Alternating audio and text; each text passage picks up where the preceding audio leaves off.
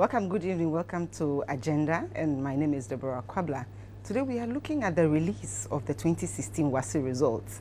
Ghana's educational system has come under the spotlight once again, and at the heart of the discussion is the performance of students in the core subjects, mathematics, integrated science, and then English. With me in the studio this evening to do the discussion from far left, we have Professor Jonathan Fletcher. He's the Dean, School of Education and Leadership, University of Ghana. In the middle, we have Dr. Prince Amma. He's the Executive Director, VM Africa Center for Education and Social Policy.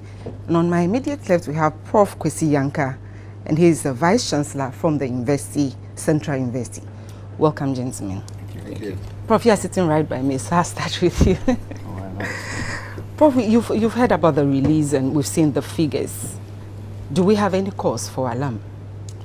I think the cause for alarm is not immediately from the content of the results, but to begin with, from the very idea of publishing national results in the media. You have a problem with the publication of that? I think it's created some panic, a little bit of phobia, and has drawn the entire country's attention to examinations as the be-all and end-all. It has compelled panic among parents and students. They are in the spotlight. For once, exams have become what everybody is talking about. And for us discussants, such as we have here, it doesn't compel a holistic look at issues before examinations, and it compels us to look at the tip of the iceberg, exams. And it also tells you that the entire examination system appears to be examinations driven. So we are all helpless. That is my initial worry. And to say that just the results, you are going to look at it also, you may be compared to look at it from the tip.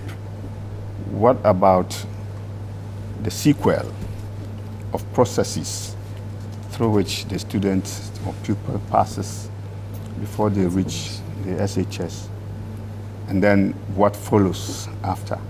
So we are now being fed with a feast that is not holistic enough, and then you make statements and it doesn't really resonate to add up to the period before SHS and the period after SHS. So that is my immediate reaction to this. That it. Professor, are we really helpless? And do you have a problem with this publication of percentages?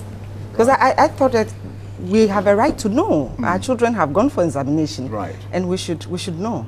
Yeah, well, I think I agree with Prof to some extent. I think it was released. I think he didn't say at all. I think you are right also that we have the right to know. Yes, and of course, why not? If it was great, then of course there will be no panic. I think that is it. Yeah. So maybe the panic is there because people thought it wasn't so great, and that's the reason. I think yes, we need to know and then do something about it.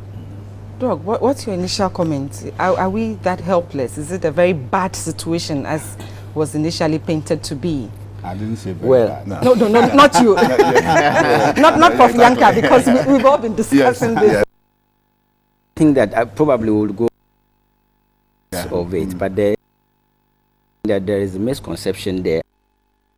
The 8 interpretations, and so that's why the panic is there. And I think that given this opportunity to do the discussion, it enables people to have an understanding of what the true interpretation of the results are, and then also provide basis for discussion and to inform policy decision. I mean, of course, the political parties may be listening to this program, for example, and some of the suggestions that we may make would inform their manifesto promises and eventually translating the policy dimension, you know, when they have opportunity to govern. So basically, that's what I would say for now. Previously, the results were not published, and there were serious, you know, reservations. And for me, I think the examination must be transparent, and the examination body must be accountable as well. And so, when this opportunity is given, it gives some of us in academic, you know, to be able to have data, you know, to have some reference points to discuss the results. Well, the Director General of the Ghana Education Service talked about this. Let's listen to him, and then we'll continue the discussion.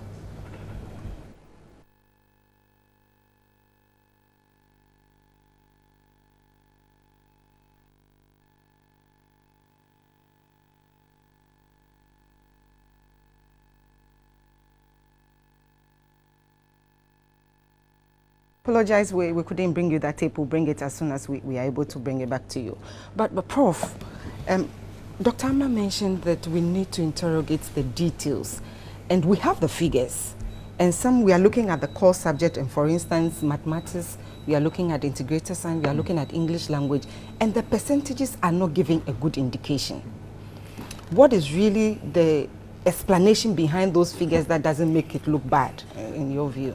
My sister, from one perspective, a good number of experts and observers would rather say hooray.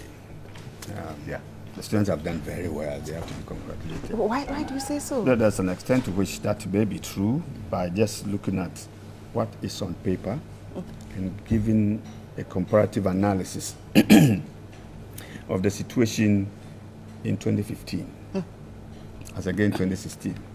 To that extent, if you realize that the mark or pass mark from in 2015, if it was, for example, 45.20. For which language specifically? For English, for example. And it's now 50.29. Or it was wait a minute, it was 50.29 in 2015, and it's now 53.19 also. Hooray, that's a big jump. And systematically, if you look through all the core subjects, from English language through integrated science, core math and social studies, there is a margin of increase. So thanks God for little mercies. I mean, so that's what people are celebrating about. And probably that's why this thing could be politicized. And you can have people from one side saying that, hooray, it's an improvement. We are on the right trajectory, and let's keep on it. Look at the English language, for example. I think it's a very, very important subject, mainly because it is a medium of instruction throughout the secondary school and through the university. Not only that, your English proficiency is good, you write well, and that is going to impact on your performance in all subjects, from humanities through social studies, social sciences, to mathematics, physics, chemistry, everything. Because you have to ventilate your thoughts through language. And if your English is that bad, similarly, it's going to mark you down in the area of expression when you are being marked in all the others. So it is so important. So if you have a movement from 50% to 53%, it's very, very good news. If you look at integrated science, the jump is even more dramatic. Right from the original mark of 23% to a dramatic figure of 48.5 or 48.4%. Huge cause for celebration, because it is out of science that we get our engineers and all related. So we are doing well. Look at social studies. Similarly, there is but maybe the celebration ceases, or we pause to reflect on the celebration when we do a broader comparative analysis with previous years. Exactly. So maybe we can come to that at the right time. Because it may be very good news, but it may not be that good news. If you realize the potential that the country has to have given the student the opportunity to perform better because they've done it before. The story then changes. But for now, I say yes, there is cause for celebration to the extent that there is marginal improvement in the performance of students who did the core subjects. And mathematics is one that a lot of people are also worried about, because the figures there, even though there may be marginal increase, it's not as huge as integrated science that you talked about. Doug, we want to interrogate the figures. Help us to look at the trend over a period of we will show some of the statistics, but okay, so let's look at those statistics on the screen. And you see English language, you see integrated science, you see mathematics. And over a period of time, as Prof. Yanka said, it doesn't give us cause to celebrate. But if you do 2015, 20, you say you have seen some increase. that shouldn't make us overly excited, because it looks like we're waving over the years. I see. I mean, what are we looking at? Are we looking at the qualifying results to universities, or we are looking at performance at secondary education? And that's a confusion that lingers in the minds of people. What should we be looking at? Shouldn't we be looking at both? All right. Secondary education has two purposes. One is to become an entry point for entering into tertiary institution. The other becomes a terminal point for those who cannot go into the universities. So not everybody has the cognitive ability to undertake university studies. So the other aspect is what we have neglected for many years. And everybody is looking at the qualifying entry. If you look at the result, the ones we are seeing are the qualifying grade for people to go to university. Excellent. The WASSCE is a matriculation examination. It is not an examination to measure the performance of people at secondary education. It is not an examination to find out whether our secondary education is good or bad. It is purely a selective or selection examination to select very few people to go to tertiary level. And if you start from the data from 1999 up to this date, this one is one of the highest for those few people. In those days, 7%, 5%, 11%. Look at those who went to A-level. Were able to go to university. So we need to understand the context within which we are discussing this. We are discussing an aspect of it, which is the qualifying entry. Which is what the universities have set. They have set that you must get A1 to C6 to be able to go to university.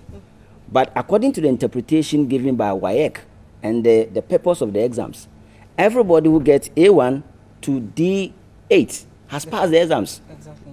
And if you combine it, you see that we are heading towards 80% pass. And we'll be applauding ourselves if we do that. Yeah, our students have got 80%, they have passed. 80% of them pass these subjects. But Doug, you know the universities, even though there's A1 to A6, yes, the universities are not necessarily taking you for A6. If you get A6 in English, yes, I doubt if the University of Ghana or Central University or that's C6. Any C6, yes, so the any point of the I'm making is that the cutoff is much lower than the pass mark that yes, we have. The point if you're interested in just let me education. just end here. It is, as I said, so it is. Even those who have A1, ability of facilities also comes in, and very few will have access to going to the university. That is A1, B2, B3, and maximum C4 are those who will go. You understand? So the issue here is where will they go? I mean, for those who do not have the aptitude to go to tertiary institution, what are we doing for them? That is the issue we should be discussing. But as far as I am concerned, the number of people who are having advantage of going to the universities have increased from in a very huge proportion from 1999 up to this point. Professor, can we just say that they don't have the aptitude to go to tertiary, or we have not given them the opportunity for people to be able to rise at the various levels if they are interested in tertiary education? I see Doc's point, but then where I probably beg to differ is that education, apart from what he's saying, is a means of social control to begin with, but also is the way in which you allocate scarce resources. And therefore, every Ghanaian is entitled to these resources. Yeah, but of course, you can't give everybody. And therefore, you need a system that will help you allocate it. And therefore, it is fair to make sure that everybody who takes the examination, you know, is given the opportunity. Yeah. Now, because, yes, I probably agree that people, you know, obtain A1 to D8 and they have passed. But I would look at the other way around. What about those who had F9? Exactly. Because if you look at the data, I have the data for the failures, and that is worrying. Okay, so are they not Ghanaians? Yeah, and the thing is, if you look at the reality, of course, as you're saying, A1 to C6, the training colleges, I mean, colleges of education, nursing, I mean, colleges, and so on. I mean, everybody is taking that, and therefore, if you have a D8, it's taking you nowhere. Yeah, I mean, that's the reality. Yes, but why should you stop someone from becoming a nurse because they have achieved that grade? Yeah, but you can't, because you haven't got a place for everybody. So you need an examination. So examination then becomes a necessary evil. Yeah, I mean, the only reason why people will not meet people and take their shirt off is then because one of them has passed, the other hasn't. Otherwise, and so it's a kind of a nursery evil. We need that, but I think he's also said rightly that you then need to find a way of actually helping those who are unable to clear the bar, because they're all Ghanaians. Yeah, and it's possible. And there must be alternatives. Absolutely, there must be alternatives. Prof, you want to make it? Let me add to what my brothers have said. Prince made a very, very, very good point. It looks to me as if the presentation of the results and the analysis so far in several media compel you to be university-driven. Yeah. The entire country is driven only by the university. Yeah. So then you have headlines, this percentage of students could not enter the university. That's right, yeah. Because only this percentage of students enter the... I teach in the university and I should be advocating for it. And I do advocate for it and say that for the training of middle to high level manpower, it is the university. Isn't that because even though the exam, the WASSCE exam is terminal, it doesn't lead you anywhere if you don't have any other alternative? Unfortunately, you and I have put so much emphasis on the university. We do not educate the public and draw their attention to other alternatives available to the candidate and to the student should he not get university.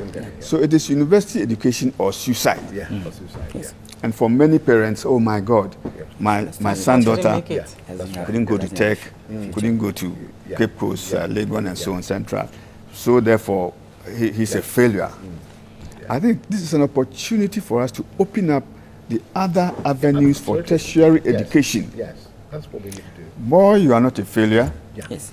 You may have gotten C6 here, B3 here, D7 here. But of course, you can go to nursing training college. You can go to... There are several other opportunities that are available. Training programs. Business training programs, there are institutes, there are colleges and so on. Yes. Apprenticeship. So this is how parochial we have failed to recognize the multiple needs of a country. And so therefore we have even decided that polytechnics are not necessary. That's what we are currently saying. So therefore let them also become universities. So it become a trend. It's universities, or nothing else. And that is a big challenge and tragedy we have. Thanks for this, Prince. Doug, the foundational issues. Yes. Because we have our students building up to SS. And then when we get to SS, because it's terminal, then we all alarm. Shouldn't we be looking at the foundation so that people can pass and reduce the F9 so that everybody can have access? And are we really looking at the alternatives? Are we providing them? No. I mean, we don't seem to have even data on people who are not in education, who are not in employment, and who are not in training. They are called the NEET category. If we are able to have a data on them, we will be able to fashion out, ways of uplifting their future and improving or enhancing their life chances. That is what the developed countries are doing. And so we need to identify, these people, even through the examinations that they've written. As I said, in all sincerity, for example, it's not everyone who finished master's degree can do PhD. It's in all sincerity. So some people are cut out with the ability to use their hands to do things, and if you put that person there in an examination room, he will fail. But if you give that person an opportunity in an employable skill training, the person will do marvelously. And that's where we need to put our attention on by driving social policy interventions to assist people to go to that stream. Regarding the basic schools, I mean the lower level of education, again we have placed emphasis on the examination. For example, the BECE. The BECE, for example, initially the original concept was a certification program. It was never a selection examination. Never. It has become and that's a very why competitive selection examination. And that's why people are cheating and buying papers. Initially, that was why they were doing this, writing the exams in August, because it was only to find out what they have learned. The Constitution says that at the end of people should have basic education, and so you want to give them a certificate to show that they have undergone that training. We've converted that one into selection process. It's almost terminal for some people. Exactly, and it's terminal. And again, we have collapsed the vocational training, vocational education and training subsector. And so if the person does not get admission into secondary school, again, self-fulfilling prophecy comes in the life of that child, and is seen as somebody who cannot do anything. So we need a national reorientation. You want to be like Germany, you have gone to copy their technical university system, you must understand how they have operated their pre-tertiary education up to this level. Prof, shouldn't we be opening up for a bigger discussion and look at our examination and take out the politics and deal with the issues as it is suitable for this country? Yeah, absolutely. I mean, I wish, and I've always said that there was no problem from people moving from primary 1 to primary 2. That's why there's no examination. No problem from primary 6 to GHS 1. If we had enough to go around, there wouldn't be any problem. In advanced countries, you know that you are beginning primary 1 and you end at year 16. Yes. So there's no problem. So you go all the way to WASSCE, and that's when it's terminal. Yeah, but if you have a country like this, we're not a rich country. We have limited resources, and they must be utilized very, very well. And that is why the examinations have become necessary. Otherwise, they wouldn't be necessary at all. I've said to my students, I hate exams. And I say that about 1,000 times. But you still conduct exams. Exactly. It becomes a necessary evil. How do we do it in a way that is not punitive? Because it's looking like if you make a little mistake, you are dropping out. I don't think it's punitive. I think assessment must be able to discriminate between students. It's very important. It's one of the things that assessment has to do. If we gave the examination, everybody got 100%. I mean, that's a problem. Exactly, that's a problem. So you need to allocate resources according to everybody's capabilities, and therefore that is why you say you have 6 ones or 8 ones. We put you into a medical school. We're going to spend a lot of money on you. Okay, the idea is that we invest in you. We know you focus again. You give back. Absolutely, which is why it is not very good for people to cheat, because otherwise, as a nation, you'll be investing in the wrong people. So examination has come to stay. There's no question about that. What we need to do is to find other means. And I would even say that people who can't go to university, I would say people who don't want to go to university. Okay, yeah. But what about those who want to go but do not meet the exactly. requirements? And thank God we have so many universities now. We have nearly 7. Once upon a time there were only 3.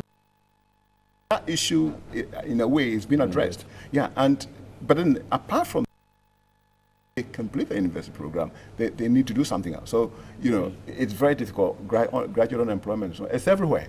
It's the whole of Africa. Okay, but we need to find ways of engaging people who do not want to invest in education and who want to earn a living decently. Yeah, I think that's what we have to do. Prof, do it quick for me and then we'll go for a break. Yes, I think basic education is important. You ought to start somewhere and learn the basic and the fundamentals. the tragedy is the social disparity absolutely. within the country, which are so deeply entrenched. Absolutely. Yes. Your daughter and mine in Aguna Bobikuma Primary School exactly. Does not have the same opportunities. It's not the same. Yes. Absolutely.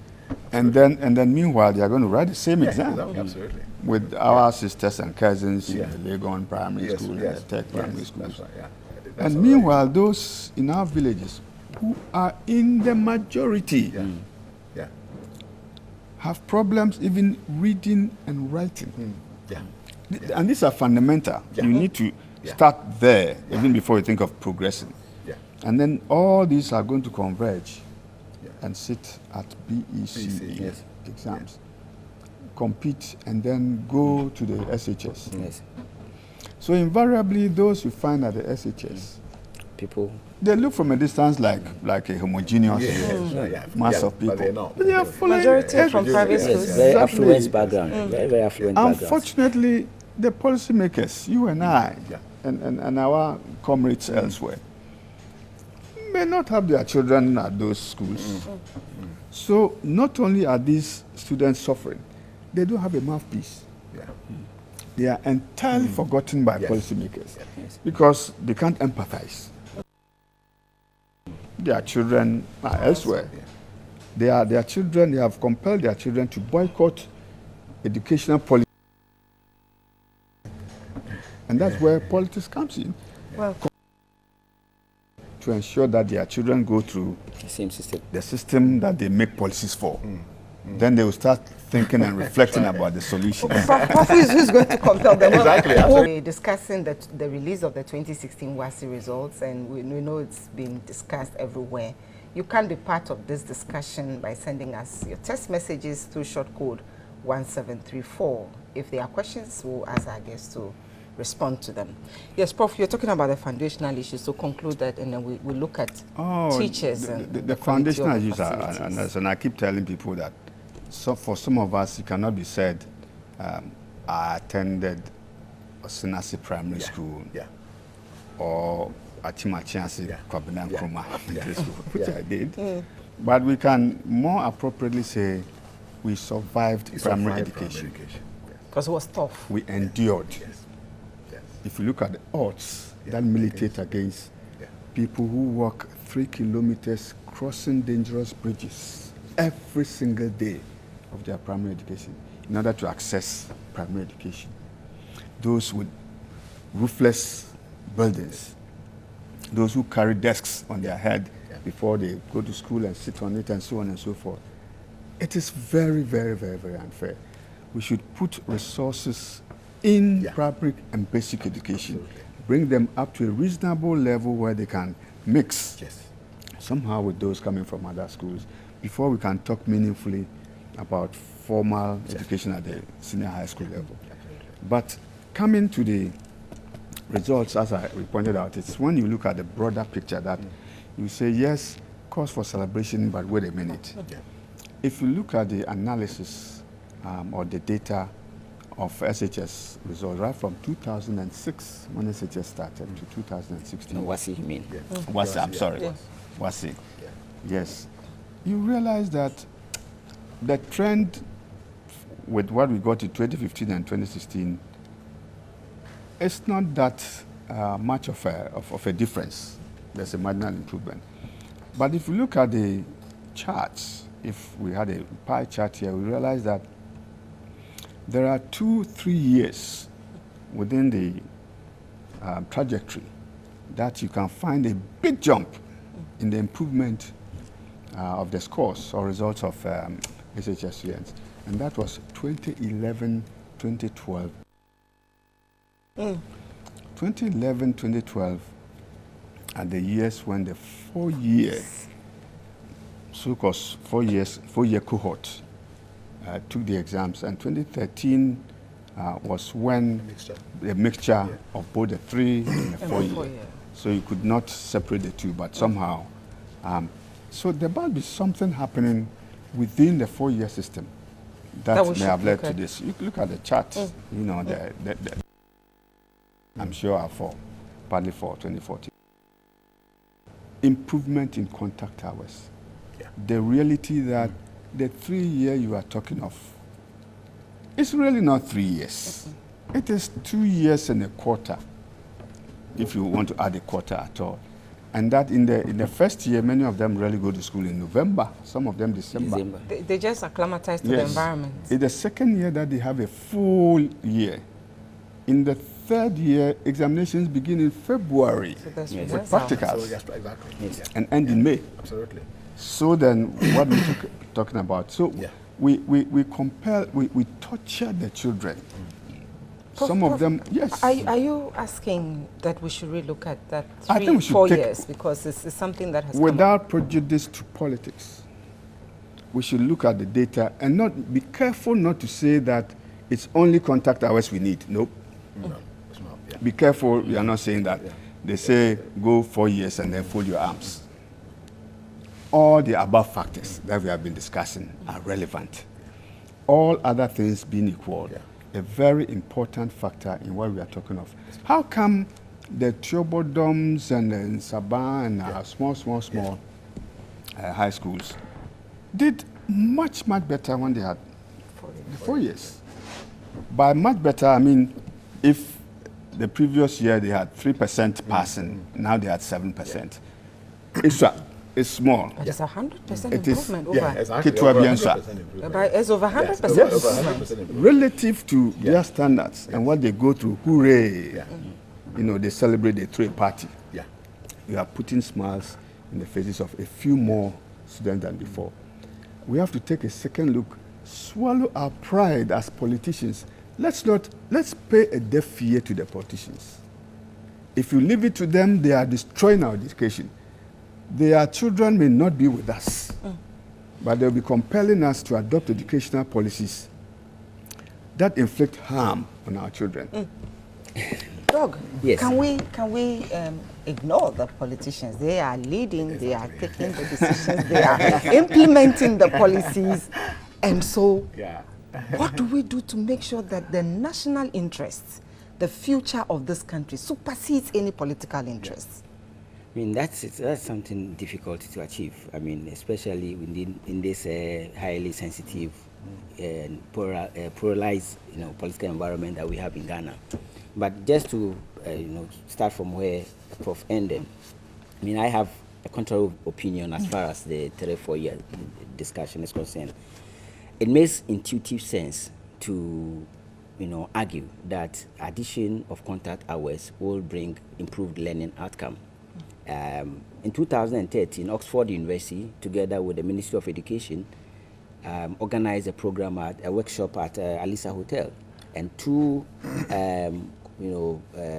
presenters had the data from WAEC and had analyzed the duration and concluded that additional year had improved results and compared the results to Nigeria as well.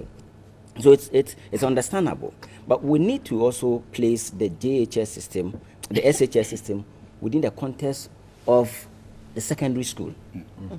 We cannot do secondary school, 7-year secondary school, and come out with WASSCE results. I'm saying WASSCE certificate. Why not? Yes, the reason is that all over the world, if you are doing 7-year secondary school, you will probably be heading towards A-level certificates. Now, if you have 3-year GHS, it is because we have defined basic education to mean primary school. We have added the lowest secondary school to primary school, so we are not seeing it. The primary school, if you take it aside, we have 3 years lower secondary school, 3 years higher secondary school, combined making 6 years secondary school. When the children, we tell them that they have finished school, and they stay home for 3-4 months, and before the result come, so in the end, over 1 year, it's just destroyed. Why don't we go the other way around, by adding the junior secondary and the senior secondary together? Some of the content, continuous 6 years. Continuous 6 years from primary school. Exactly, because some of the contents are overlapping. If you do sets, that will call for policy revision. Exactly, if you do sets in JHS, set theory if you go to secondary school, the whole of first term or so, you are doing the same content. If you go to indices, the core topics that you do in indices, mathematics, you go to secondary school, the whole of the term that you are doing indices, they are the same content you are doing. So if you merge them, that overlapping will be dealt with. Again, currently, we're moving towards what do you call it, reviewing the curriculum. By the grace of God, with the help of USAID, under the partnership program, there is some funding for reviewing of our education, our curriculum. And we are moving towards depth as against breadth. Previously it was breadth, so now we are moving towards depth, taking some of the topics away and then concentrating on few ones. So if that is the case, then it means that we will have to work on improving the efficiency in the transition from primary, from JHS to SHS. Ghana brought the JHS concept under the Zobo Committee report, and Nigeria picked it from us, and they are doing it. They are doing it. So you have JHS, and many of them will finish JHS. In fact, they started by building many schools. So immediately you finish JHS, you get to secondary school there. Because so we have infrastructure problems. No, we can do it. We can do it. This is where the 200 secondary school, the president, community secondary school, the president promised. This is the context within which it would operate. If we were to continue, if we were to take into account this emerging, understanding, then, for example, the JHS schools around may be assigned to some secondary schools, and the new ones that we are building will incorporate JHS, and we have a continuous, so that 6-year secondary school, for me, 6-year secondary school will be okay if we improve efficiency in time management and in the transition from JHS to secondary school. Prof, let's also look at the teacher. Because the quality of the teacher that you have and the skill that the teacher has to deliver plays a big role. It does. Have we totally forgotten that aspect of the discussion? We haven't. I've always said this, and I'll say it again. I would say that every educational system is as good as the teachers in it. Because Nagrat and Nats have a different view to this whole thing. Yeah, but they sound blameless in the whole picture. Well, I think they point to resources. I think the whole thing is that you need to make sure the teacher is ready for the job. The teacher is ready. You equip them with skills, knowledge, but also with resources. Now, I was going to contribute to what my brother Prince said.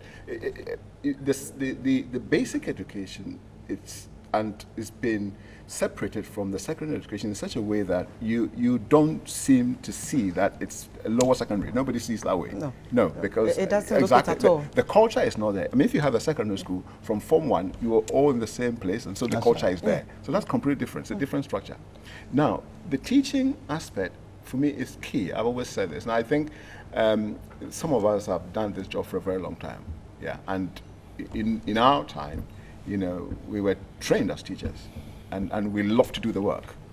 What does that mean? You emphasize that you were trained as teachers. Exactly. But we're still training teachers. Yes, exactly. And he added that we loved what they were doing. Exactly, and I added that. The emphasis gives an indication that there are people who are being trained, but they are not being trained as teachers. The emphasis is that there are people who are in there who are not going to be teachers. Exactly. They are not ready for the job, and they shouldn't be in there. I've always said this. There are people who are in there because they haven't got any other thing to do. But can you blame them? No, you can't. Yes. So what we need to do then is that once they are in, you have to resource them. Make sure that they have enough resources to do the work. Because otherwise, if you train one teacher very, very well, and you resource them, the returns are enormous. But if you train 10 of them and you don't resource them, then of course you're back to square one. So they need the skills, they need the knowledge, but they also need the resources to help them do the work. No, and the good thing is, I must say this, because just in case I lose the opportunity, I miss the opportunity to say this. When the results came last year, the 2015 results came last year, there was panic. And I was invited to a workshop in Kumasi where we had over 500 secondary teachers. And I was talking about science and maths, the STEM, and the results. Now, I was saying to them, look, we've hit now, we've moved from, and Prof said that in 2000, 12, we had 49%, 49.4% pass. We've moved from there to 24%. And I said to them, like, look, if we do nothing, next year it will be 20%. And I told them, you know why? Because the people who have to write again. And once big, it will go down. As I said to them, exactly. So I said to them, go to your school. And it was minimal. I said to every single one of them, whatever you did, just give us 2%. I will be happy if we had 26%. Because so small improvement, exactly. Not big jump. Prof, hold that for me. And Prof, we have some minutes to go. And so what should we be looking at as a country so that we can start looking at this issue holistically and deal with it devoid of politics? Maybe let's move educational policy from the hands of the typical politician into the hands of the National Development Planning Commission, and encourage them to come out and adopt and recommend policies that are long-lasting and that cannot be changed by the capricious attitude of the politician who comes, it is his 10, so he changes it from 4 to 3 without even looking at the data and examining, doing any analysis. And let's have such policies firmly adopted and even possibly entrenched. Unfortunately, I was taking a close look at the restructuring of the Constitution, recommendations for the revision of the Constitution. The report of the Constitutional Review Committee, great report. Unfortunately, the government white paper on the report makes it impossible to entrench any provisions made by the NDPC. Any government that comes, it's at liberty to legislate and change the policy. So we stand the risk of keeping swinging the pendulum, almost ad infinitum. That is my fear, and I hope we find a way of making permanent policies that are removed from political consideration and we deal with the issues on the ground, the basic realities. The fact that maybe a blend between the 3 and the 4 year is what we need, and not either of the two. 3 year may not be enough, and the 4 year may be best for a majority of the public schools and the rural schools. The 3 year could be adopted by the high flyers. We all know those schools that are high flyers, and from year to year score 98%. And for the Tuobodoms and the Sabans and the chances, let's have them do the 4 year. It gives them more time to catch up with the bigger ones. Doug, some have argued that depending on where you are coming from, you should be admitted, if you are willing and interested in tertiary education, with a certain level of pass mark. We shouldn't use one size to measure all. What do you think? No, I mean, I think before you gain admission into a university, they have got their own standards, and you must meet that standard to be able to go there. Irrespective of whether the things that you needed to get to that standard were provided or not? I mean, so that's why we need to look at the assessment itself.